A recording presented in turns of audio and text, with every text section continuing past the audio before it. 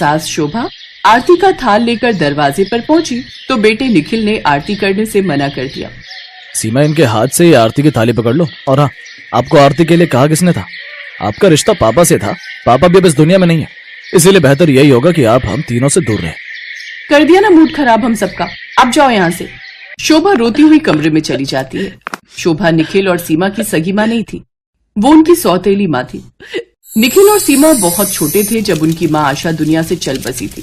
निखिल के पिता राजेश ने रिश्तेदारों और परिवार वालों के कहने पर शोभा से दूसरी शादी। निखिल और सीमा को माँ का प्यार मिल सके इसलिए शोभा ने खुद के बच्चे नहीं किए, पर बचपन से ही निखिल और सीमा के मन में शोभा के लिए बहुत नफरत भरी हुई थी।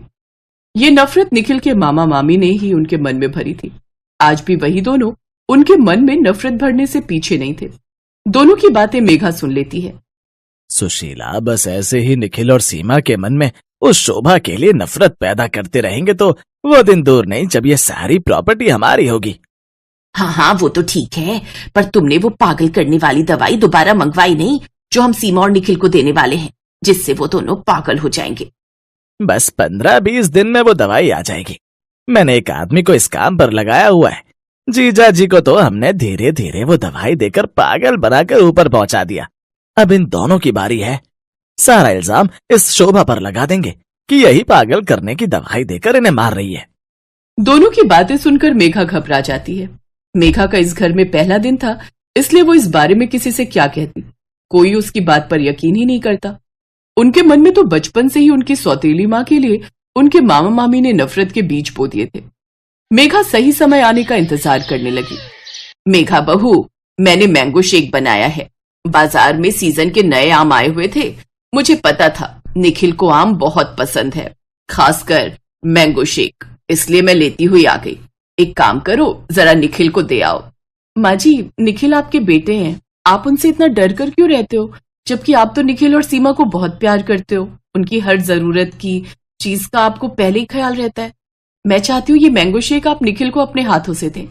नहीं नहीं बहू, बेकार में वो मेरे से नाराज हो जाएगा। मेघा मजबूर थी, वो अपनी सास की बात को टाल नहीं सकती थी। वो निखिल के लिए मैंगो शेक लेकर जाती है। मैंगो शेक देखकर निखिल बहुत खुश होता है और गटागट पीने लगता है। वाह, मैंगो शेक! मेघा, मुझे पता था कि तुम आते से ही मेरी पसंद की सारी चीजों का ख्याल रखने लगोगी। तुम्हें कैसे पता चला कि मुझे मैंगो शेक बहुत पसंद है, और खासकर ये मैंगो शेक? आपको पसंद आया मैंगो शेक? हाँ, बहुत टेस्टी बना था, थैंक यू। तभी सीमा कॉलेज से आ जाती है, पर सीमा थोड़ी गुस्से में थी। निखिल भैया, ये सौतेली माँ अपने आप को समझती क्या है? मेरे से बिना पूछे मेरी कॉलेज फीस भरने के लिए ये कॉलेज कैसे गई? मैंने वहां पर सबको बोला हुआ है कि मेरी माँ इस दुनिया में नहीं है, ये मेरी सौतेली माँ है। मेरे कॉलेज में आकर मेरी सगी माँ बनने की कोशिश क्यों कर रही थी ये? मैं खुद भी फीस जमा कर सकती थी। सीमा, माँ जी तुम्हारी माँ है, उनके लिए ऐसे शब्द मत बोलो। वो तुम्हारे लिए और निखिल जी के लिए बहुत अच्छा सोचती हैं। हमें सब पता है मेघा कि वो हमारे बारे में कितना सोचती हैं। बचपन से लेकर आज तक वो इस घर की मालकिन बनकर बैठी हुई हैं। मामा जी मामी जी ने मुझे बोल दिया है, अब हम अलग घर में रहने चलेंगे। हम यहाँ उनके साथ पुराने घर में नहीं रह सकते। पापा की प्रॉपर्टी कुछ समय में मेरी हो जाएगी, उसके बाद हमें इस औरत से कोई मतलब नहीं रहेगा। निखिल और सीमा की बातें सुनकर मेघा को बहुत दुख होता है। वो समझ नहीं पा रही थी कि किस तरह से वो अपनी सास शोभा के सच्चे प्यार को उनके सामने साबित कर सके। कुछ दिनों बाद निखिल के मामा मामी बहाने से वहीं रहने आ जाते हैं।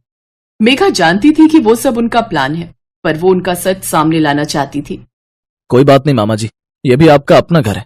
अगर आपके घर की गली की सड़क टूट रही है, आपको आने जाने में परेशानी होती है, तो कुछ दिनों तक अपने घर को ताला ही लगा दो। आप मामी जी के साथ यहीं रहो। वैसे भी सोनू और प्रिया तो हॉस्टल में ही पढ़ रहे हैं, तो आप दोनों अकेले ही तो यहाँ रहेंगे, तो हमारा भी मन लगा रहेगा। सुनो जी, तुम बिल्कुल ठीक कहते हो। तुम्हारी बहन के दोनों बच्चे बहुत इज्जत देने वाले हैं। जैसे मेरी प्यारी ननद जी का स्वभाव था, वैसे ही उसके बच्चों का है।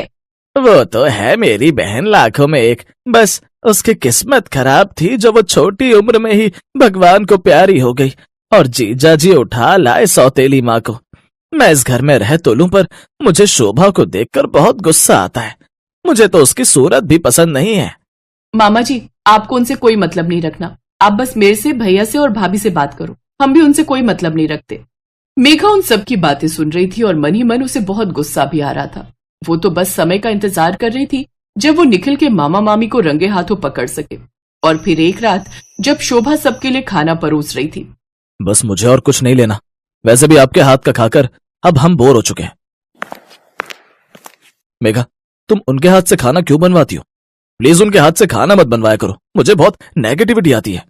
एक काम कर बेटा, तू मेरे हाथ की खीर खा। आज मैंने अपने भांजे और भांजी के लिए खीर बनाई है। थैंक यू मामी, इसे कहते हैं प्यार। मामी हमारी अपनी है। मेघा, तुम उस औरत की ज्यादा तरफदारी करती हो ना। पता नहीं तुम्हें क्या पट्टी पढ़ाई है उस औरत ने कि तुम सही और गलत में फैसला ही नहीं ले पाती हो। इसी वजह से ना मेरा तुमसे भी बात करने का मन नहीं करता। मुझे नहीं पता था कि मैं तुमसे शादी करके यहाँ लाऊंगा तो तुम मेरी सौतेली माँ के साथ कोई रिश्ता रखने वाली हो, वरना मैं तुमसे शादी करता ही नहीं। अरे तुम दोनों क्यों लड़ रहे हो? अभी तुम दोनों की नई नई शादी हुई है, इतनी लड़ाई करना अच्छी बात नहीं है। निखिल की मामी जैसे ही कटोरी में खीर डालकर उसको देती है, तभी शोभा रसोई से आती है और खीर की कटोरी फेंक देती है। ये क्या किया तुमने? ये खीर क्यों फेंक दी? मैंने अपनी आंखों से सुमित्रा को खीर में कुछ मिलाते हुए देखा था। पता नहीं, पर कुछ तो सुमित्रा ने खीर में मिलाया है। मैंने खीर में क्या मिलाया है? अरे मैंने खीर में चीनी मिलाई है, थोड़े ड्राई फ्रूट डाले हैं, और क्या मिलाऊंगी? आप जानबूझकर मेरे मामा मामी पर झूठा इल्जाम लगा रहे हो, और आप सौतेली हो या नहीं, मुझे तो कभी कभी आप पर शक होता है कि आप हमारे खाने में कुछ मिलाकर ना दे दो। अब मेघा को सच बताना था, वो चुप नहीं रह सकती थी। माँ जी सही कह रही हैं, आपके मामा मामी बिल्कुल ठीक नहीं है। इन्होंने आपके पापा को खाने में भी हमेशा दिमाग को पागल करने वाली दवाई मिलाई थी, जिस कारण वो सदमे का शिकार होकर बीमार हो गए और इस दुनिया से चले गए। अब ये दोनों आप दोनों को भी पागल करना चाहते हैं ताकि ये सारी प्रॉपर्टी अपने नाम कर ले। अचानक से निखिल का मामा अपनी जेब से बंदूक निकाल लेता है और सीमा की कनपट्टी पर रख देता है। अब निखिल के मामा मामी अपने असली रूप में आ जाते हैं। निखिल भैया बचाओ, मामा जी मुझे गोली मार देंगे। चुपचाप प्रॉपर्टी के पेपर पर साइन कर दे, वरना सीमा को जान से मार दूंगा। अचानक मौका देखकर शोभा पीछे से मामा को धक्का दे देती है। सीमा तो बच जाती है, पर गुस्से में निखिल का मामा शोभा को गोली मारता है। मेघा अब तक पुलिस को फोन कर चुकी थी। पुलिस आती है और निखिल के मामा मामी को पकड़कर ले जाती है। उन्हें तो अपने किए की सजा कानून देता है, पर निखिल और सीमा ने बचपन से जो शोभा के सच्चे प्यार को ना पहचानने की गलती की थी, उसके लिए उन्हें बहुत दुख होता है। हमें माफ कर दो माँ, हम आपके सच्चे प्यार को नहीं पहचान पाए। माँ, अगर आज आप ना होते तो मेरी जान ही चली जाती। हमें माफ कर दो माँ। शोभा की आंखों में खुशी के आंसू थे। बच्चों के जिस प्यार को वो हमेशा से तरसती रही, आज उसे मिल गया था।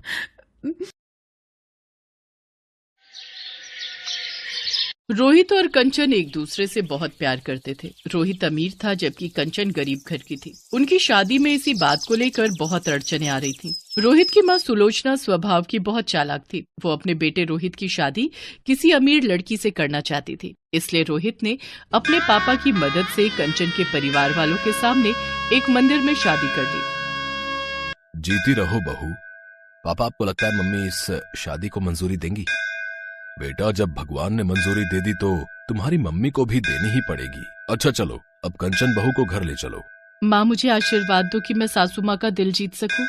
बेटी, मुझे पता है तू एक न एक दिन अपनी सासू माँ का दिल जरूर जीत लेगी, और मेरा आशीर्वाद हमेशा तेरे साथ है। कंचन रोहित और अपने ससुर के साथ घर पहुंचती है, पर ये क्या, जैसा सोचा था उसका बिल्कुल उल्टा हुआ। उसकी सासू माँ ने कंचन को देखकर बिल्कुल भी गुस्सा नहीं किया। वो तो खुशी से थाली सजाकर उन दोनों की आरती करने लगी। ये देखकर रोहित और उसके पापा हैरान रह गए। उन्हें तो लगा कि सुलोचना पूरे घर को सिर पर उठा लेगी, पर ऐसा कुछ भी नहीं हुआ। सुलोचना ने कंचन का बहुत प्यार से स्वागत किया। आओ बहू, अंदर आओ, नए घर में तुम्हारा स्वागत है। देखो जी, शादी तो तुम चुपचाप कराए, पर रिसेप्शन में बहुत बड़ा करना चाहती हूँ। मेरे भी तो अरमान है कि आस पड़ोस और रिश्तेदार सब मेरी बहू को देखे। हाँ सुलोचना, बिल्कुल, मैं आज ही रिसेप्शन के सारे इंतजाम करता हूँ। कंचन खुश थी कि उसकी सास ने उसे अपना लिया था, पर ऐसा कुछ भी नहीं था। सुलोचना बहुत चालाक थी। वो अपने मन में कोई और ही खिचड़ी पका रही थी। मैं ये झूठे प्यार का नाटक ज्यादा दिन नहीं कर सकती। मुझे कुछ और ही सोचना होगा, हाँ, ताकि मैं इस लड़की को अपने घर से निकाल सकूं। सुलोचना ने कंचन को बहू के रूप में नहीं अपनाया था। वो तो सबके बीच नाटक कर रही थी। रिसेप्शन में सुलोचना कंचन को अपने रिश्तेदारों और पड़ोसियों से मिलवाती है। रोहित का ध्यान अपने दोस्तों में था। क्या बात है सुलोचना, तूने तो चोरी चुपके बेटे की शादी भी कर दी और अचानक से रिसेप्शन भी रख दिया। बात कुछ हजम नहीं हुई। अब क्या बताऊं सुषमा, बहू गरीब घर की है बेचारी, इसलिए चुन्नी चढ़ा कर ले आए। अब बारात जाती तो इसके माता पिता में इतनी गुंजाइश नहीं थी कि बारात का स्वागत कर सकते। अरे बिल्कुल भी कुछ नहीं है, तुम क्या समझ रही हो, घर में बैठने के लिए कुर्सी तक तो है नहीं। वो तो रोहित को ना जाने इसमें क्या दिख गया। अब बच्चों की तो तुम जानती ही हो, जिद के आगे झुकना ही पड़ता है, वरना मैं तो इसे कभी भी अपनी बहू ना बनाती। अच्छा तुम लोग अब आई हो रिसेप्शन में तो अच्छे से खा पी कर जाना। बबली, उषा, सुन रही हो ना, हमने रिसेप्शन बड़ा पैसा लगा कर रखा है, एक एक बढ़िया चीज बनवाई है। बहू अगर गरीब घर की है तो क्या हो गया, ससुराल तो उसे अमीर मिला है। चलो मैं और मेहमानों को देख लूं। सास की बातें सुनकर कंचन की आंखें आंसुओं से भर आती हैं। तभी उसके माँ और पापा आ जाते हैं। कंचन अपने आंसू पोंछ लेती है। सुलोचना मुंह बनाती हुई उसके आगे से चली जाती है। बेटी, तू अपने ससुराल में खुश तो है ना? कंचन, तेरी सास ने तेरे साथ कुछ गलत बात तो नहीं की? जी पापा जी, माँ जी तो मुझे बहुत प्यार करती हैं। पता है जब से आई हूँ कोई काम ही नहीं करने देती, सारा दिन ठाठ से बैठे रहती हूँ। कंचन अपने मम्मी पापा को झूठ बोल देती है, पर सच तो ये था कि सुलोचना उसके साथ सीधे मुंह बात ही नहीं करती थी। जब तक सुलोचना के ससुर और रोहित घर पर होते थे तब तक तो सुलोचना कंचन से बहुत मीठे से बात करती, और जैसे ही वो दोनों घर से जाते सुलोचना उससे घर के सारे काम करवाने शुरू कर देती, और शाम को जब वो दोनों वापस आते तो उसका रवैया अलग ही। अरे वाह, खीर बहुत टेस्टी बनी है। 2-3 दिन से मेरा मीठा खाने का बहुत मन था। अरे बेटा, मुझे पता था, तभी मैंने शाम को बना दी। तुझे पसंद आई, ये मुझे बहुत अच्छा लगा। मैंने चीनी भी कम डाली थी। मुझे पता था तू मीठा कम खाता है। पर माँ, मीठा तो इसमें बहुत तेज है। सुलोचना झूठ बोल रही थी क्योंकि खीर उसने नहीं बल्कि कंचन ने बनाई थी। कंचन ने मीठा ज्यादा डाल दिया था। जब सुलोचना की चोरी खुलने वाली थी तो कंचन बात को संभाल लेती है। अरे वो मैंने ही मीठा ज्यादा डाल दिया, मुझे नहीं पता था कि माँ जी मीठा डाल चुकी हैं। कोई बात नहीं बहू, आगे से मीठा कम डाल लेना। एक कटोरी मुझे भी दे दो। कंचन ने बात को संभालकर अपनी सास को सम्मान दिया था, पर सुलोचना को इस बात से कोई मतलब नहीं था। घर के सारे काम कंचन करती थी, पर क्रेडिट सुलोचना अपने नाम कर लेती थी। कंचन इस बात के लिए कभी भी कुछ नहीं कहती थी। उसे लगता था कि अगर इससे उसकी सास खुश होती है तो कोई बात नहीं, इसे तो कोई फर्क ही नहीं पड़ता। मैं काम का सारा क्रेडिट अपने ऊपर ले लेती हूँ। करती ये है, मुझे कुछ और ही सोचना पड़ेगा। ऐसे दाल नहीं गलने वाली, मुझे सोनिया को बुलाना ही पड़ेगा। हेलो सोनिया बेटा, मैं बोल रही हूँ। हाँ ठीक है, तुम कुछ दिनों के लिए आ जाओ। सोनिया सुलोचना की सहेली की बेटी थी। सुलोचना चाहती थी कि सोनिया उसके घर की बहू बने, पर रोहित ने कंचन से शादी कर ली। सुलोचना चाहती थी कि किसी तरह कंचन इस घर को छोड़कर चली जाए और सोनिया इस घर की बहू बनकर आ जाए, इसलिए वो सोनिया को रहने के लिए बुला लेती है। नमस्ते आंटी, अच्छा हुआ आपने मुझे बुला लिया। मैं वैसे भी घर पर बहुत बोर हो रही थी, आपकी कंपनी मुझे बहुत अच्छी लगती है। बस तो फिर अब आराम से कुछ महीने मेरे पास रहो। मैं तो ये चाहती हूँ कि तुम हमेशा के लिए ही यहाँ रहो, पर तुम्हें इस रास्ते के कांटे को निकालना होगा। जब तक ये कंचन यहाँ पर है तुम इस घर की बहू नहीं बन सकती। आप चिंता मत करो आंटी, अब मैं आ गई हूँ ना, मैं इस कंचन को घर से निकाल कर ही दम लूंगी। बस तो फिर बन गई बात। तुम आज रोहित के लिए साउथ इंडियन खाना बनाओ, उसे साउथ इंडियन खाना बहुत पसंद है। दिल का रास्ता पेट से होकर गुजरता है। रोहित तुम्हारे हाथ का बढ़िया खाना खाएगा तो अपने आप तुम पर लट्टू हो जाएगा। पर आंटी, मुझे तो खाना बनाना आता ही नहीं है, मैं कैसे बनाऊंगी? अरे तो कोई बात नहीं, खाना कंचन बना लेगी। जब रोहित और उसके पापा आए तो मैं बोल दूंगी तुमने बनाया है। बस हो गया काम। सोनिया रसोई में जाती है और कंचन को मीठी मीठी बातों में फंसाकर साउथ इंडियन खाना बनाने के लिए कहती है। कंचन, आज मेरा साउथ इंडियन खाने का बहुत मन है, प्लीज तुम डोसा, सांभर और इडली वगैरह बना दोगी, बहुत मन कर रहा है। ठीक है, तुम बैठो, मैं तैयार कर देती हूँ। कंचन बहुत ही स्वादिष्ट साउथ इंडियन खाना तैयार करती है। रोहित और उसके पापा के आने का समय हो रहा था। तभी कमरे में से सुलोचना की चीखने की आवाज आती है। कंचन दौड़ती हुई कमरे में जाती है। बाथरूम में फर्श पर साबुन गिरा हुआ था, उस पर पैर फिसल गया। मेरी कमर। माँ जी, मैं डॉक्टर को फोन करके बुलाती हूँ, चलिए आप आराम से बिस्तर पर लेट जाइए। कुछ देर बाद डॉक्टर के आने पर पता चलता है कि सुलोचना की कमर का मांस फट गया है, जिस कारण उसे कुछ दिन बेड रेस्ट करना होगा। कंचन रसोई में सुलोचना के लिए कुछ हल्का बनाने चली जाती है। सब लोग कमरे से बाहर आ जाते हैं। सोनिया, यही मौका है, तुम मेरी सेवा करके सबका दिल जीत सकती हो, फिर आराम से तुम इस घर की बहू बन जाओगी। नो आंटी, मैं आपके वॉशरूम और टॉयलेट साफ नहीं कर सकती। अभी अभी डॉक्टर ने कहा कि आपको बेड पर ही वॉशरूम और टॉयलेट करना है, ये सब मुझसे नहीं होगा। मुझे इन सब कामों से बहुत चिढ़ होती है। जब आप ठीक हो जाओगे तभी मैं आऊंगी। अभी तो मैं जा रही हूँ, मैंने मॉम को फोन कर दिया था, वो गाड़ी भेज रही है। जब आप ठीक हो जाओगे तो मुझे फोन कर देना, मैं आ जाऊंगी। सोनिया की बात सुनकर सुलोचना की आंख खुल जाती है। वो जिसे अपना समझ रही थी वो वास्तव में अपनी नहीं थी। थोड़ी देर बाद कंचन कमरे में आती है, सुलोचना को अपने हाथों से खाना खिलाती है और उसके बाद दवाई देकर वॉशरूम करवाती है। कंचन सुलोचना की बहुत सेवा कर रही थी। अपनी बहू के इतने अच्छे व्यवहार को देखकर सुलोचना की आंखों में आंसू आ जाते हैं। उसने कंचन के साथ कितना बुरा किया था। सोनिया जाने लगती है।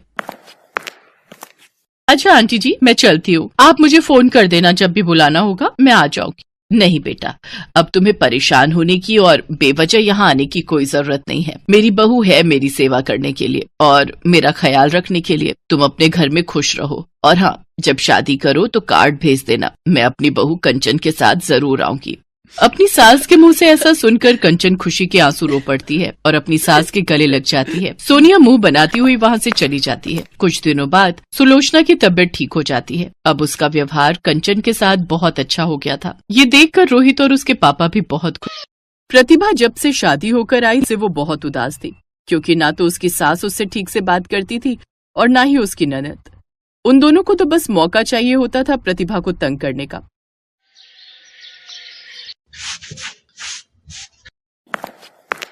क्या बात है मम्मी, आज तुम रसोई में बर्तन कर रही हो? काम वाली नहीं आई क्या? नहीं बेटा, वो तो गांव चली गई है, काम छोड़ दिया है उसने। अब क्या करूं, बहू तो सुबह जल्दी उठती नहीं है और अगर उठ भी जाए तो उठते ही वो अपने सिलाई के काम में लग जाती है। अब तुझे भी तो ऑफिस जाना है और सलोनी भी आजकल यहीं आई हुई है। जब तक बच्चे की डिलीवरी नहीं हो जाती वो भी कोई काम नहीं कर सकती घर का, इसीलिए अब ले देकर मैं ही बची हूँ इस घर का काम करने के लिए। सोचा पहले बर्तन कर लेती हूँ और एक तरफ तेरे लिए टिफिन पैक कर दूंगी। तो दूसरी काम वाली रख लो माँ। दूसरी काम वाली इतनी आसानी से कहाँ मिलती है बेटा, बहुत लोगों से कह दिया है, अब कोई भेजेगा तभी तो, तब तक तो मुझे ही करना होगा। रुको मैं प्रतिभा को बुलाता हूँ। आप अकेले कब तक कितना करोगी?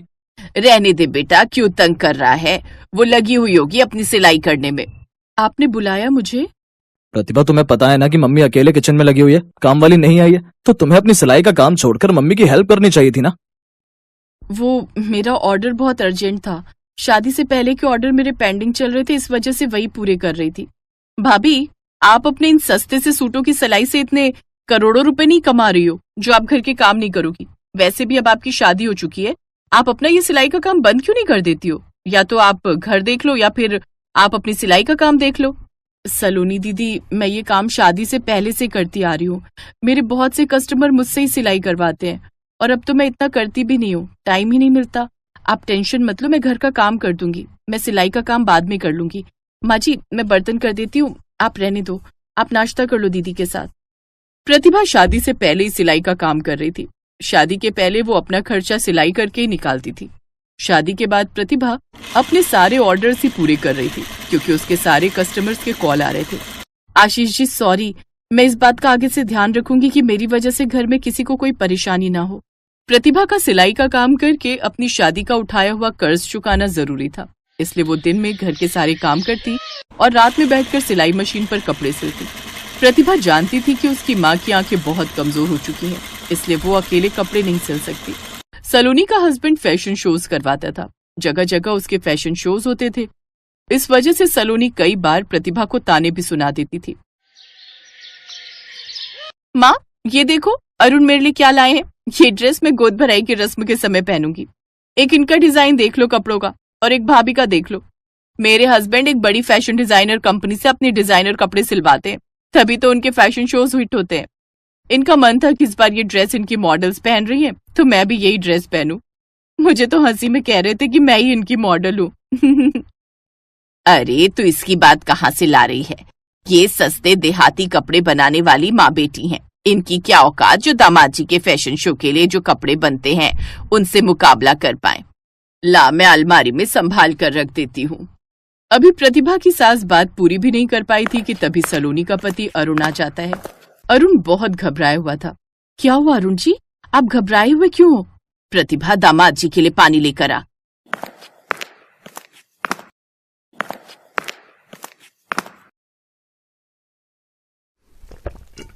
क्या हुआ दामाद जी, कुछ बताओ तो सही। सलोनी, मैंने तुम्हें बताया था ना आज रात को ही मेरा बहुत बड़ा फैशन शो होने वाला है। मैंने एक बड़े फैशन डिजाइनर को 100 लहंगे बनाने का ऑर्डर दिया था और मैंने पैसे भी एडवांस के दे दिए थे, पर वो फैशन डिजाइनर फ्रॉड निकला। वो मेरे पैसे लेकर ये देश छोड़कर यहाँ से कल रात को ही भाग गया। उसने मेरे जैसे बहुत से लोगों के पैसे खाए हैं। मुझे तो ये समझ ही नहीं आ रहा। मेरे शो की टिकट भी बिक चुकी है, स्पॉन्सर्स का पैसा लगा हुआ है। मैं तो बर्बाद हो जाऊंगा। मेरा पैसा तो डूबेगा ही, साथ में मेरा नाम भी खराब हो जाएगा। फिर कोई भी कंपनी मुझे फैशन शोज करने की परमिशन नहीं देगी। आपने पहले अच्छे से जांच पड़ताल क्यों नहीं की? मुझे भी समझ नहीं आ रहा कि अब कैसे होगा। मुझे तो घबराहट हो रही है। सलोनी, तू इस हालत में चिंता मत ले, तेरी तबीयत खराब हो जाएगी। कोई ना कोई रास्ता जरूर निकल आएगा। मैं अभी आशीष को फोन करती हूँ, शायद वो इस काम में थोड़ी मदद कर सके। मेरी आशीष से फोन पर बात हुई है, वो घर आ रहा है, पर मुझे कोई भी फैशन डिजाइनर कंपनी इतने कम समय में 100 लहंगे बनाकर नहीं दे रही। मैंने सबसे बात कर ली है। अरुण जीजू, आप टेंशन मत लो, मैं 100 लहंगे तैयार करूंगी। अभी 10 बजे हैं, आप अपनी मॉडल्स को तैयार रखिए, वो मेकअप वगैरह करके रेडी रहेंगी।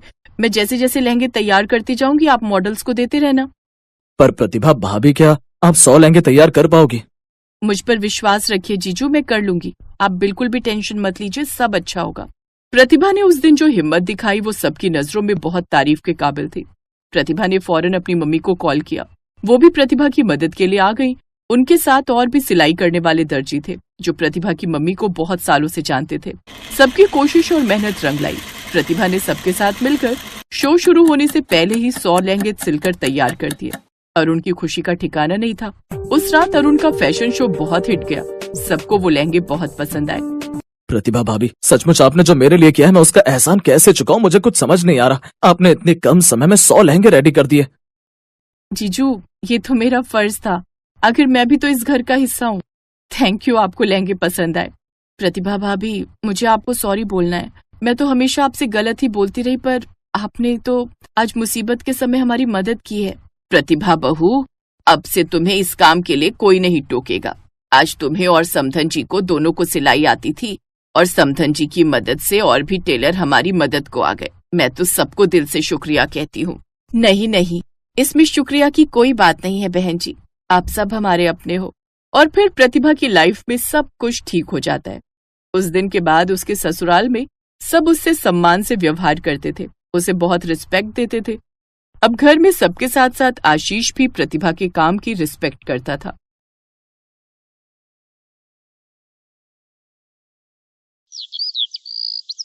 अरे वाह, वो वाली बनारसी साड़ी तो बहुत ही सुंदर है। भैया, मुझे वो वाली साड़ी दिखाना। जी मैडम, ये लीजिए। कितने की है ये साड़ी? मैडम, सिर्फ 1000 रुपए की है। 1000 रुपए की? नहीं नहीं भैया, ये सस्ती साड़ी तो 2 दिन में ही खराब हो जाएगी। आप मुझे कुछ अच्छी सी महंगी साड़ी दिखा दो। तभी भावना कहती है, भैया वो सस्ती वाली साड़ी मुझे दिखा देना। अरे भावना, मेरी देवरानी होकर तू ये सस्ती सी साड़ी लेगी? रुक, मैं तुझे कोई महंगी सी साड़ी दिलवा देती हूँ। ये सस्ती साड़ी तो महीने भर में ही खराब हो जाएगी। मैडम, बिल्कुल ठीक कह रही हैं आप। ये महंगी वाली कोई साड़ी ले लीजिए, ये सस्ती साड़ी तो जल्दी खराब हो जाएगी। मैं अच्छे से जानती हूँ तुम जानबूझकर ऐसा कह रहे हो ताकि तुम्हारी महंगी साड़ी बिक जाए। तुम दुकान वाले तो सोचते हो कि हम सारा पैसा बस इन महंगे कपड़ों में ही लुटा दे। भावना, अगर पैसे नहीं लाई हो तो मुझसे ले लो, बाद में लौटा देना, कौन सी जल्दी है। अरे नहीं दीदी, मुझे तो वो सस्ती वाली चाहिए। भैया आप उसे ही पैक कर दो। ओफो, तुम नहीं मानोगी। ठीक है, जैसी तुम्हारी मर्जी।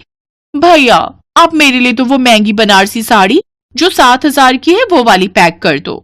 दोनों देवरानी जेठानी अपनी अपनी साड़ियां लेकर घर आ जाती हैं। वाह वाह, कितनी सस्ती और सुंदर साड़ी मिल गई मुझे तो। अगले हफ्ते शर्मा जी के बेटे की शादी में मैं तो इसे ही पहनकर जाऊंगी। ऐसे ही 1 हफ्ता बीत जाता है। वो दोनों अपनी नई बनारसी साड़ी पहनकर उस शादी में जाती हैं।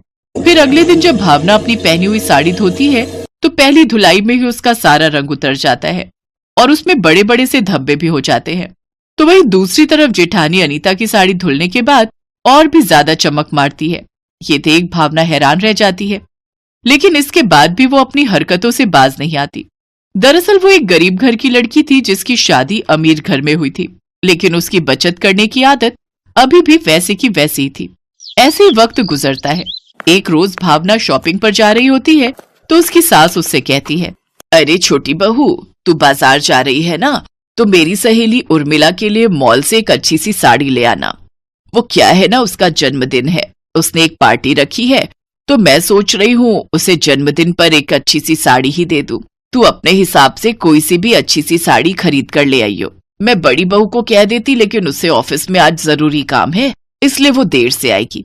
जी माँ जी, आप चिंता मत कीजिए, मैं बाजार जा रही हूँ, मैं लेती आऊंगी।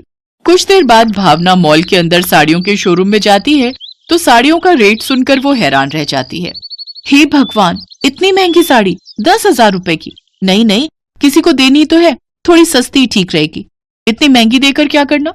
ये सोचकर भावना उस शोरूम से निकलकर एक सस्ती सी छोटी सी दुकान में जाती है और वहां से 500 रुपए की सस्ती सी बनारसी साड़ी ले लेती है। अरे वाह, इतनी सुंदर साड़ी देखकर तो उर्मिला आंटी खुश हो जाएंगी। ऐसा करती हूँ, एक साड़ी माँ जी के लिए भी ले लेती हूँ, वो इसे पहनकर पार्टी में जाएंगी तो बहुत सुंदर लगेंगी। साड़ियां लेकर वो घर आ जाती है। शाम को भावना की सास सरला उसकी लाई हुई साड़ी पहनकर पार्टी में चली जाती है, जहां उसकी सहेली उसकी तारीफ करती है। अरे वाह सरला, तेरी साड़ी तो बहुत ही अच्छी लग रही है, कौन से मॉल से ली? ये साड़ी मुझे मेरी बहू ने गिफ्ट की है। तभी कोने में बैठी दो सहेलियां आपस में चुगली करते हुए कहती हैं, सच कहूं माया, तो मुझे तो ये किसी मंगल बाजार की साड़ी लग रही है। ठीक कह रही हो तुम, देखने से पता चल रहा है कि कितनी सस्ती दुकान की साड़ी है। फिर कुछ ही देर में सरला की पहनी हुई साड़ी किनारे से फटने लगती है। हे राम, ये बहू कैसी साड़ी लाई है, ये तो अभी से फटने लग गई, अब क्या करूं। धीरे धीरे वो और फटने लगती है। ये देख सरला छुपते छुपाते वहां से रफू चक्कर हो जाती है और घर आती है। घर आकर उसे उसकी सहेली उर्मिला का फोन आता है और वो उस पर खूब चिल्लाती है। अरे उर्मिला, ये कैसी साड़ी दी है तूने, पूरी साड़ी अंदर से फटी हुई है। अरे ऐसा ही घटिया गिफ्ट देना था तो रहने देती, पैकिंग इतनी महंगी और अंदर से चिंदी सी साड़ी। कल ही मैं तुम्हारी ये घटिया सी साड़ी पैक करवा कर तुम्हें वापस भेज दूंगी। फोन कट जाता है, लेकिन अपनी बेइज्जती होती देख सरला को बहुत गुस्सा आता है और वो जोर से चिल्लाते हुए कहती है, छोटी बहू, आज तेरे कारण मेरी सहेलियों में मेरी कितनी बेइज्जती हुई है, इसका तुझे कुछ अंदाजा भी है? अरे खुद सस्ती साड़ियां पहननी थी तो जितना मर्जी पहन लेती, लेकिन यूं सस्ती साड़ियां किसी को देकर तो तूने मेरी नाक ही कटवा दी। ऊपर से मेरी ये साड़ी फट गई वो अलग। अरे इतनी भी क्या बचत करनी? माँ जी, मुझे लगा था इतना महंगा गिफ्ट देकर क्या करना, इसलिए मैंने सस्ती साड़ियां खरीदकर उस पर महंगी पैकिंग करवा ली थी। इसीलिए तुम्हें कहती थी भावना कि सस्ते के चक्कर में मत पड़। अरे सस्ता रोए बार बार और महंगा रोए एक ही बार। अरे जितनी तू सस्ती साड़ियां बार बार खरीदने जाती है और एक ही बार पहनने पर वो बेकार हो जाती हैं, उसमें तो महंगी से ज्यादा खर्चा बैठ जाता है। लेकिन ना जाने क्यों तेरी समझ में ये बात आती ही नहीं। मुझे माफ कर दीजिए माँ जी, जेठानी जी, अब से मैं ये गलती कभी नहीं करूंगी। इतना बवाल होने के बाद फाइनली भावना की समझ में ये बात आ ही जाती है कि सस्ता रोए बार बार और महंगा रोए एक ही बार। अब वो लाभ सस्ते के चक्कर में नहीं पड़ती। श्वेता, श्वेता, मैं आ रही हूँ। श्वेता। श्वेता नदी के पानी में बहती हुई चली जा रही है। पूनम चिल्लाकर नदी में कूद जाती है। नदी के आसपास बहुत सारे लोग खड़े हो जाते हैं, मगर कोई पानी में उतरने की हिम्मत नहीं करता। सिर्फ पूनम बहती हुई नदी में तैरकर श्वेता के पास जाने की कोशिश करती है, मगर श्वेता बहुत दूर बहती ही चली जाती है और गहरी खाई की तरफ पहुंच जाती है। इस कहानी की शुरुआत 20 साल पहले होती है। मोहनपुर नाम के एक गांव में हरिहर और जानकी की शादी होती है और वो एक छोटे से झोपड़े में अपना घर बसाते हैं। शादी के 1 साल बाद उनको जुड़वा बेटियां होती हैं। अरे वाह, देखो जानकी, हमारी बेटियां कितनी खूबसूरत हैं। हाँ जी, देखना, ये दोनों जब बड़े होंगे तब घर के बाहर रिश्तों की लाइन लग जाएगी। ये तो तुमने बिल्कुल सही कहा जानकी, हम दोनों इन दोनों से बहुत प्यार करेंगे, अच्छी तरह खिलाएंगे, अच्छे स्कूल में कॉलेज में पढ़ाएंगे, अच्छे से परवरिश करेंगे। हरिहर और जानकी की आंखों में बहुत सारे सपने थे, मगर उनको क्या पता था कि उनके सारे सपने टूटकर चूर चूर हो जाएंगे। हरिहर दोनों बेटियों का नाम रखता है। बड़ी बेटी का नाम होता है पूनम और छोटी बेटी का नाम होता है पूजा। पूनम और पूजा के दाहिने हाथ में एक बर्थ मार्क है। जानकी हरिहर से कहती है, देखो जी, दोनों के दाहिने हाथ में बिल्कुल एक जैसे दाग हैं। अच्छा ही तो है, जुड़वा बच्चों को ऐसा होता है, इससे पहचान करने में आसानी होती है। पूनम और पूजा थोड़े बड़े होने लगे। वो दोनों एक दूसरे को बहुत ही प्यार करते हैं, एक दूसरे के साथ खेलते हैं, कभी कभी झगड़ा मारपीट भी करते हैं। हरिहर और जानकी ये सब देखकर हंसते हैं और प्यार से दोनों का मन भर जाता है। ऐसे ही हंसते खेलते 3 साल बीत जाते हैं। दोनों में बहुत ही ज्यादा बॉन्डिंग है। दोनों की तबीयत एक साथ खराब होती है। देखो जी, दोनों में कितना प्यार है, तबीयत भी एक साथ ही खराब होती है। जुड़वा है ना, सुना है जुड़वा बच्चों में ऐसा होता है। एक दिन हरिहर जानकी और दोनों बेटियों को लेकर नदी किनारे वो लोग पिकनिक मनाते हैं, खाने पीने लगते हैं। पूनम और पूजा बैडमिंटन खेलने लगते हैं। चल पूनम बैडमिंटन खेलते हैं। हाँ हाँ चल पूजा, बहुत मजा आएगा। ठीक है खेलो खेलो, मगर नदी के ज्यादा पास मत जाना, गिर जाओगे। ठीक है पापा। वो दोनों बैडमिंटन खेलना शुरू करते हैं। कुछ देर तक तो सब कुछ ठीक ही रहता है, मगर एक बार पूनम जोर से मारती है और पूजा नदी के बहुत पास चली जाती है और उसका पैर फिसल जाता है और वो नदी में गिर जाती है। आह बचाओ, माँ बापू बचाओ। हरिहर और जानकी दौड़ कर आते हैं। पूनम चिल्ला चिल्ला कर पूजा को पुकारने लगती है। अरे अरे कोई बचाओ मेरी बच्ची को, कोई बचाओ मेरी बेटी को, अरे कोई बचाओ। मगर बहुत देर हो चुकी है। पूजा तेज नदी में बहती चली जाती है। वो किसी भी तरह एक पेड़ की डाल को पकड़ने की कोशिश करती है, मगर पकड़ नहीं पाती। वो डूबती चली जाती है और बेहोश हो जाती है। वो बहते हुए इतनी दूर चली जाती है कि हरिहर और जानकी उसे देख भी नहीं पाते। वो लोग एकदम से टूट जाते हैं। जानकी रोने लगती है। मेरी बच्ची, मेरी बेटी कहाँ गई तू? लौट आ पूजा, लौट आ। हरिहर तभी पुलिस के पास जाता है और पुलिस को सब कुछ खुलकर बताता है। पुलिस तुरंत एक टीम भेजकर पूजा को ढूंढने की कोशिश करती है, मगर दूर दूर तक पूजा का कोई नामो निशान नहीं मिलता। सॉरी हरिहर जी, आपकी बेटी नहीं मिल पाई। अब हरिहर भी रो पड़ता है। जानकी में अभी बात करने की भी ताकत नहीं है।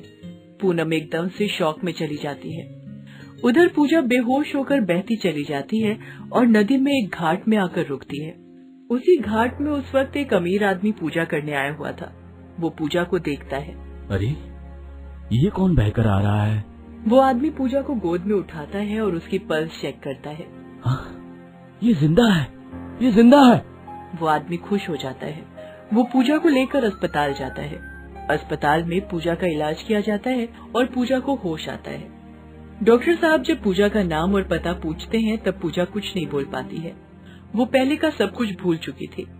डॉक्टर साहब उस अमीर आदमी के पास जाकर कहते हैं, मिस्टर आहूजा, इस बच्ची को तो कुछ याद नहीं है। ये अपना नाम पता कुछ भी नहीं बता पा रही है। अब क्या होगा डॉक्टर? ऐसे केस में ऐसा होता ही है। ऊपर से ये बच्ची है, इसे अब सब कुछ याद आना करीब करीब असंभव है। सिर्फ किसी बहुत बड़े शौक से ही इसे सब कुछ याद आ सकता है, वरना तो कोई होप नहीं है। डॉक्टर, मेरे पास इतना पैसा है, धन दौलत है, मगर कोई बच्चा नहीं है। मैं इस बच्ची को गोद ले लेता हूँ। वो आदमी पूजा को गोद ले लेता है। इसके बाद बहुत समय बीत जाता है। उधर पूनम अभी जवान हो गई है, मगर वो लोग अभी पूजा को भूल नहीं पाए हैं। हरिहर और जानकी हमेशा पूजा के बारे में ही बात करते हैं। उस घटना के बाद से दोनों जैसे अंदर से टूट गए हैं। दोनों ने पूजा को ढूंढने की बहुत कोशिश की, मगर कोई लाभ नहीं हुआ। मगर अभी भी दोनों के मन में एक आशा है कि एक दिन तो पूजा जरूर मिलेगी। वो गरीब है। पूनम स्कूल के बाद शहर के एक कॉलेज में परीक्षा देती है और उसे कॉलेज से स्कॉलरशिप मिल जाता है। वो शहर में पढ़ने जाने के लिए तैयार हो जाती है। अच्छे से जाना बेटी, और हॉस्टल में अच्छे से रहना और अच्छे से पढ़ाई करना। हाँ माँ बापू, आप लोग चिंता मत कीजिए, मैं पढ़ाई खत्म करके ही लौट आऊंगी और आपको लेकर शहर चली जाऊंगी। पूनम चली जाती है। वो पहली बार शहर जा रही है। उसे पता नहीं है कि शहर के लोग कैसे होते हैं, वो कैसे पोशाक पहनते हैं। पूनम गांव में जो सलवार कमीज पहनती थी वही पहनकर चली जाती है और शहर पहुंचकर हॉस्टल में दाखिल हो जाती है। अगले दिन वो कॉलेज जाती है। कॉलेज जाकर वो एक दूसरी ही दुनिया देखती है। सभी लड़कियां छोटे छोटे कपड़े पहनकर घूम रही हैं कैंपस के अंदर। पूनम सलवार कमीज पहनकर गई है। अरे ये क्या, यहाँ तो सारी लड़कियां छोटे छोटे कपड़े पहनकर घूम रही हैं। किसी को शर्म नहीं आती क्या? तभी वहाँ श्वेता नाम की एक लड़की आती है। उसके साथ और भी 2-3 लड़कियां हैं। श्वेता दिखने में बहुत ही मॉडर्न है। वो कहती है, अरे ये देखो कहाँ से आ गई है गांव की गंवार। कोई ड्रेसिंग सेंस भी नहीं है, सलवार पहनकर कॉलेज आई है।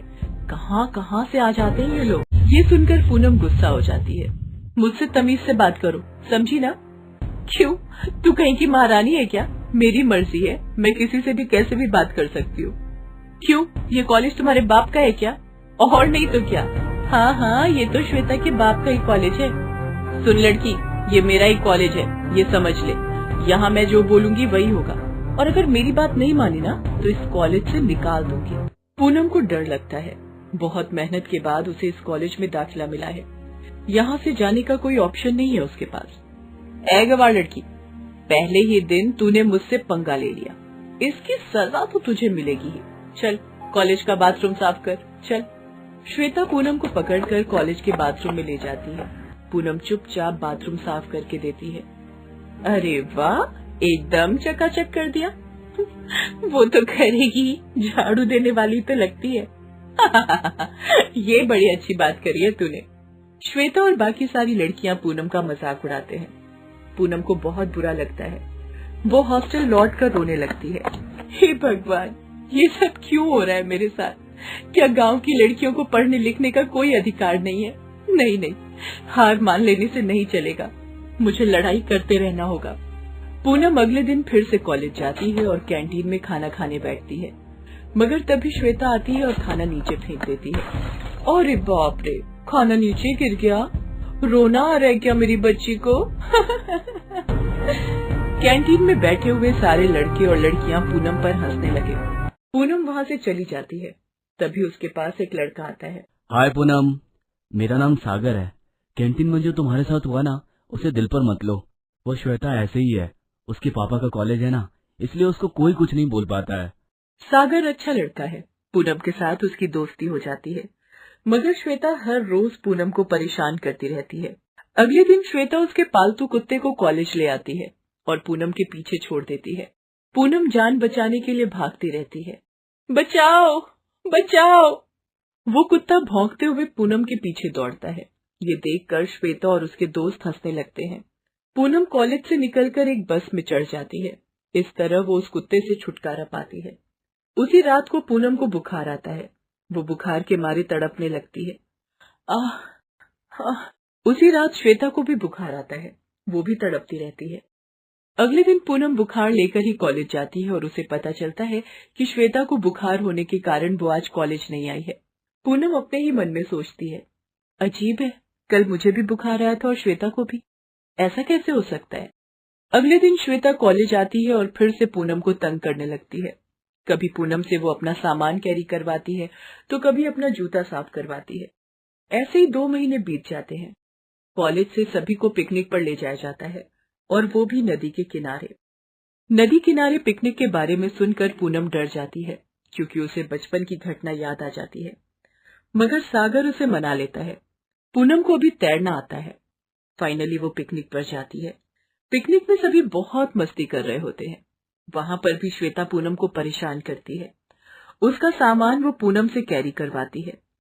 ऐसे ही सब कुछ चल रहा होता है। श्वेता अपने दोस्तों के साथ बैडमिंटन खेल रही होती है और तभी नदी के पास जाकर पैर फिसलकर वो नदी में गिर जाती है और नदी के स्रोत से बहने लगती है।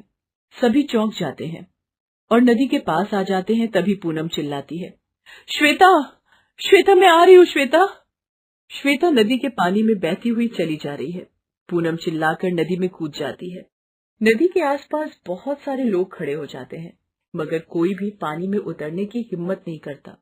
सिर्फ पूनम बहते हुए नदी में तैरकर श्वेता के पास जाने की कोशिश करती है, मगर श्वेता बहुत दूर बहती ही चली जाती है और गहरी खाई की तरफ पहुंच जाती है। और तभी एक मगरमच्छ श्वेता की तरफ बढ़ने लगता है। श्वेता जोर जोर से चिल्लाती है। आसपास के सभी लोगों को यही लगता है कि आज श्वेता का आखिरी दिन है, मगर तभी पूनम को एक पेड़ की टूटी हुई लकड़ी मिलती है और वो उसे पकड़कर जोर से तैरने लगती है।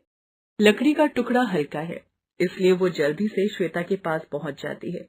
उसके बाद पूनम श्वेता को एक हाथ में पकड़कर पानी में डुबकी लगाती है और मगरमच्छ को धोखा देकर वो नदी के दूसरे किनारे पहुंच जाती है।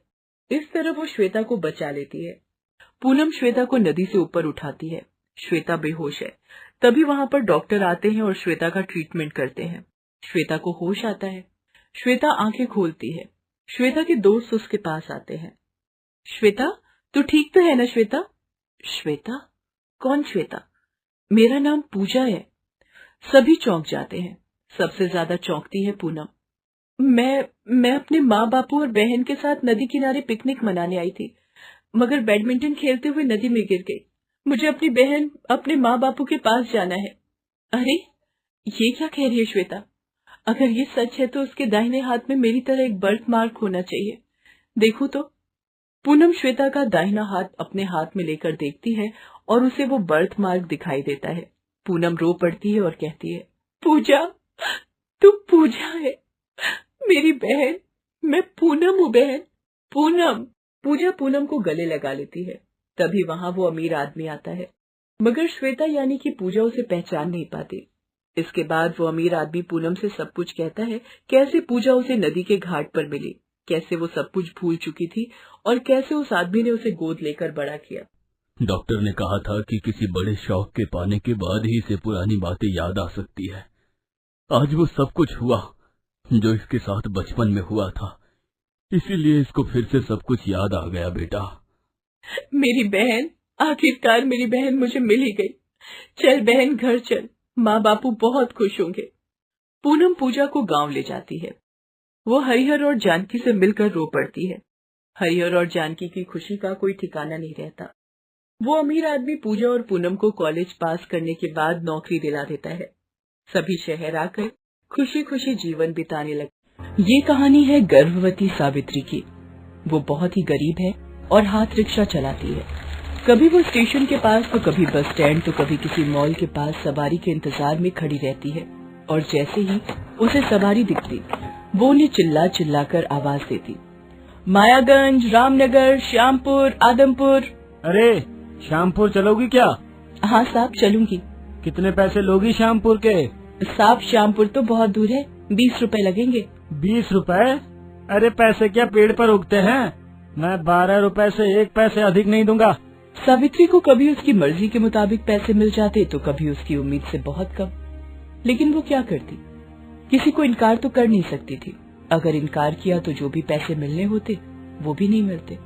ठीक है साहब चलिए, आप 12 रुपए दे दीजिएगा। इन दिनों भीषण गर्मी पड़ रही थी। 10-11 बजे ही सड़कें सुनसान हो जाती। दोपहर में तो खैर कोई निकलने का नाम ही नहीं लेता, क्योंकि लू के थपेड़ों से सभी बचना चाहते। लेकिन उस चिलचिलाती गर्मी में भी गर्भवती सावित्री हाथ रिक्शा लिए सड़क किनारे मुसाफिरों के इंतजार में खड़ी रहती। लेकिन गर्मी इतनी है कि कोई सवारी उसे मिल ही नहीं रही है। सुबह से दोपहर हो गई है, लेकिन कमाई के नाम पर सिर्फ 15 रुपए ही आए हैं। अगर ऐसे ही चलता रहा तो कैसे काम चलेगा? मकान मालिक 3 बार आकर टोक चुका है। कुछ दिनों से शरीर को जला देने वाली गर्मी के कारण उसका काम बिल्कुल मंदा चल रहा था। लेकिन वो करती भी क्या? थोड़े दिनों पहले ही उस बेचारी पर उस समय बिजली गिरी जब उसके पति हेमंत लाल की मौत टीबी से हो गई। ये क्या हो गया? ये क्या हो गया जी? उस समय वो सिर्फ 4 महीने की गर्भवती थी। अब सावित्री के 8.5 महीने पूरे हो चुके थे, लेकिन उसे काम करना ही पड़ता था। सावित्री इन्हीं बातों को सोच रही थी, तभी एक सवारी उसकी तरफ आई। मायागंज चलोगी क्या? चलूंगी ना साहब। कितने पैसे लोगी? 20 रुपए। सावित्री ने उस सवारी को बिठाया और फिर उस चिलचिलाती धूप में मायागंज की ओर चल पड़ी। उसने सवारी को मायागंज छोड़ा और फिर वापस बस स्टैंड की ओर चल पड़ी। लेकिन रास्ते में उसे चक्कर आने लगे और उसके पेट में जोरों का दर्द शुरू हो गया। आह, ये दर्द कैसे शुरू हो गया? वो रिक्शे से उतरकर सड़क पर बैठ गई। दर्द कम होने का नाम ही नहीं ले रहा था। उसे समझ आ गया था कि उसे प्रसव पीड़ा शुरू हो गई है। लगता है मुझे प्रसव पीड़ा शुरू हो गई है। उस चिलचिलाती धूप में सावित्री सड़क किनारे प्रसव पीड़ा में तड़प रही थी। उसे देखने वाला कोई नहीं था। कोई उस ओर से गुजरता भी तो एक गर्भवती औरत पर कौन ध्यान देता। कुछ देर दर्द सहने के बाद सावित्री ने 2 जुड़वा बच्चियों को जन्म दिया। लेकिन अफसोस, जन्म देने के साथ ही वो उन्हें छोड़कर हमेशा के लिए अपने पति के पास चली गई। उसकी दोनों बेचारी बच्चियां उस चिलचिलाती धूप में सड़क पर पड़ी रोए जा रही थी। तभी कुछ लोगों की उन बच्चियों पर नजर गई। अरे भाई, ये उस औरत ने तो सड़क पर ही बच्चियों को जन्म दे दिया है। जन्म तो दे दिया है, लेकिन लगता है वो मर चुकी है। अब क्या होगा इन मासूम बच्चियों का? अरे होगा क्या, मर जाएंगी ये भी, क्योंकि इनकी मदद तो कोई करने से रहा। लोगों ने उन बच्चियों के प्रति दुख तो जताया, लेकिन किसी ने उन बच्चियों की कोई मदद नहीं की। वो बेचारी सड़क पर रोती रही। लोग पत्थर दिल की तरह उधर से गुजरते रहे। कुछ देर बाद उधर से एक गाय गुजरती है। जब वो उन बच्चियों को रोता देखती है तो उसके पास चली जाती है। गाय थोड़ी देर उन दोनों बच्चियों को देखती है और फिर उन्हें अपना दूध पिलाने लगती है। एक औरत जो उधर से गुजर रही थी, उसने जब ये दृश्य देखा तो आश्चर्य है, ये गाय इन बच्चियों को दूध पिला रही है। उन बच्चियों को दूध पिलाने के बाद वो गाय उन दोनों बच्चियों को अपने मुंह में उठाकर सड़क से थोड़ी दूर एक पेड़ के किनारे रख देती है। उसके बाद वो खुद पेड़ से पत्तियों को अपने मुंह से तोड़ती है और उसे किसी चादर की तरह बिछा देती है और उन दोनों बच्चियों को वहाँ पर लिटा देती है। जो लोग उधर से गुजरते सभी उस गाय को देखकर दंग रह जाते। भाई, लगता है ये गाय ही इन बच्चियों को पालेगी। अरे हमें क्या इससे लेना देना, चलो यहाँ से। हर दिन वो गाय उन बच्चियों को अपना दूध पिलाती और फिर वो घास चढ़ने जाती। घास भी वो आसपास ही चढ़ती और उन दोनों बच्चियों पर अपनी नजर रखती। एक बार कुछ आवारा कुत्ते उन बच्चियों के ऊपर झपट्टा मारने वाले थे, लेकिन ऐन वक्त पर वो गाय पहुँच गई और उन कुत्तों से भिड़ गई। कुछ लोगों ने जब ये देखा तो गाय बेचारी इतनी शांत है, लेकिन देखो तो कैसे वो 5-5 कुत्तों से अकेले ही भिड़ गई है। हाँ, तभी तो गाय को माता कहते हैं। वो गाय उन बच्चियों को बहुत प्यार करती थी। अगर बच्चियां कभी रोने लगती तो गाय की आंखों में भी आंसू आ जाते और वो अपनी जीभ से चाटकर उन्हें प्यार करने लगती। धीरे धीरे समय बीतने लगा। वो दोनों बच्चियां 6 साल की हो गई। जिस तरह गाय उन्हें प्यार करती थी, वो दोनों बच्चियां भी उसे प्यार करती। एक दिन, आज बहुत देर हो गई है, हमारी माँ अभी तक नहीं आई है। हाँ, इस समय तक तो वो आ जाती थी। मुझे तो माँ की चिंता हो रही है। मुझे भी। क्या करें हम, माँ को ढूंढने चलें क्या? उन दिनों भी भीषण गर्मी पड़ रही थी। वो दोनों बच्चियां अपनी माँ यानी गाय को ढूंढने निकल पड़ी। वो चलती रही, लेकिन गाय का कोई अता पता उन्हें नहीं चला। अब तो दोनों का प्यास के कारण गला भी सूखा जा रहा था। माँ तो कहीं दिखाई नहीं दे रही है। प्यास के कारण गला भी सूख रहा है। तभी उन दोनों को सड़क किनारे एक नल दिखाई दिया। वे दोनों भागी भागी वहाँ गई और पानी पीने लगी। पानी पीने के बाद एक बार फिर वो अपनी माँ को खोजने निकल पड़ी। अभी मुश्किल से वो कुछ कदम ही गई थी कि उन्हें एक जगह लोगों की भीड़ दिखाई दी। वो कैसी भीड़? कहीं किसी को गाड़ी से चोट तो नहीं लग गई है? वो दोनों वहाँ गई तो देखा कि उनकी माँ यानी वो गाय बेहोश पड़ी थी। लोग भीड़ लगाकर उसकी ओर देख तो रहे थे, लेकिन कोई मदद नहीं कर रहा था। तभी उन दोनों बहनों में से एक बहन भागकर सड़क किनारे लगे नल से पानी भर लाई और गाय को पिलाने की कोशिश करने लगी, लेकिन वो गाय पानी पी ही नहीं रही थी। माँ, तुम पानी क्यों नहीं पी रही हो? पियो ना माँ। और तुम्हें क्या हुआ है? तुम इस तरह सड़क पर क्यों पड़ी हो? अब वो बेचारी बेजुबान क्या बोलती। दोनों बहनें अब अपनी माँ की हालत देखकर बहुत परेशान हो गई थी। वो रो रो कर वहाँ खड़े लोगों से मदद मांगने लगी। हमारी माँ बहुत बीमार है, पता नहीं इन्हें क्या हो गया है, इन्हें अस्पताल पहुँचा दीजिए ना। मैं आप लोगों के हाथ जोड़ती हूँ, इनके अलावा हमारा कोई नहीं है, कृपा करके इन्हें अस्पताल पहुँचा दीजिए ना। जमाना अब इतना खराब हो गया है कि घायल इंसान की कोई मदद नहीं करता, तो फिर वो बेजुबान की क्या मदद करता। उन दोनों बहनों के सब्र का बांध टूटने लगा था। उन्हें समझ नहीं आ रहा था कि क्या करें और क्या न करें। तभी उन्हें एक बहुत पुरानी सी टूटी फूटी हालत में एक हाथ रिक्शा सड़क किनारे पड़ा दिखा। उन दोनों बहनों ने गाय को किसी तरह उसमें डाला और अस्पताल की ओर चल पड़ी। माँ तुम चिंता मत करो, हम तुम्हें कुछ नहीं होने देंगे। वो दोनों छोटी बच्चियां उस चिलचिलाती धूप में अपनी गाय को लेकर अस्पताल पहुंची और डॉक्टर के पैरों पर गिर पड़ी। डॉक्टर साहब, हमारी माँ बहुत बीमार है, उन्हें जल्दी ठीक कर दीजिए। माँ, कहाँ है तुम्हारी माँ? क्या हुआ है उन्हें? पता नहीं डॉक्टर साहब क्या हुआ है उन्हें, वो सड़क पर बेहोश पड़ी थी। डॉक्टर ने जब उनकी माँ को देखा तो उसकी आंखों में आंसू आ गए। वो दोनों छोटी बच्चियां उस गाय से माँ की तरह प्यार करती थी। ये देखकर उनका दिल भर आया था।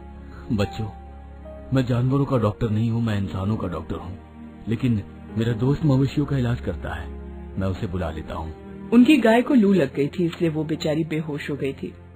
डॉक्टरों के इलाज और दोनों छोटी बच्चियों की सेवा से वो पूरी तरह ठीक हो गई। जिसने भी उन बच्चियों और उस गाय के प्रेम को देखा, उनकी आंखों में आंसू आ